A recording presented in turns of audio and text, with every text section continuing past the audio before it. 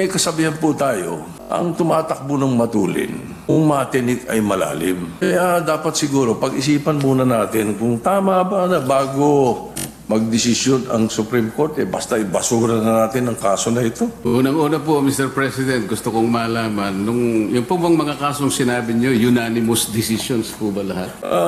I am not sure about that.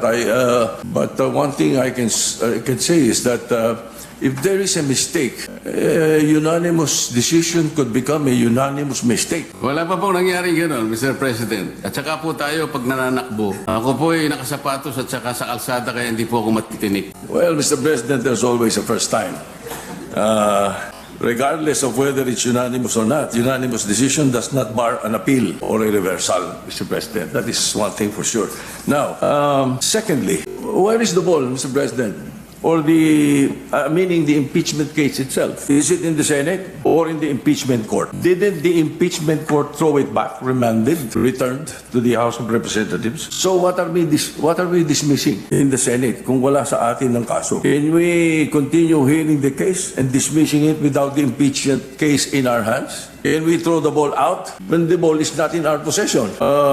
Siguro naman dapat magkaroon tayo ng tinatawag nating sense of proper sequencing of moves yung impeachment case. Mr. President, kanina po sa aking clarificatory statement, ang sabi ko nga po, yung ginawa pong initial proceedings ng 19th Congress Senate, yun po ay nangyari sa panahon po ng 19th Congress at lahat po yun ay naisantabi lahat sapagkat natapos nga po ang termino ng 19th Congress on June 30, 2024. Kaya po natin sinasabi, Mr. President, sapagkat tayo po ang nasa lugar na sinasabihan ng Korte Suprema nung sabihin niyang ito ay immediately executory. Sino pong mag-i-execute nun? Hindi naman po i-execute yun ng House of Representatives.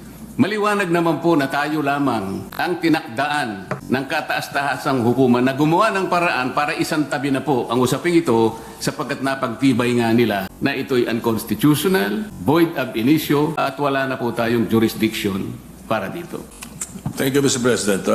Your Honor, thank you. But as I said earlier, not because it is immediate and executory does not mean it's not appealable.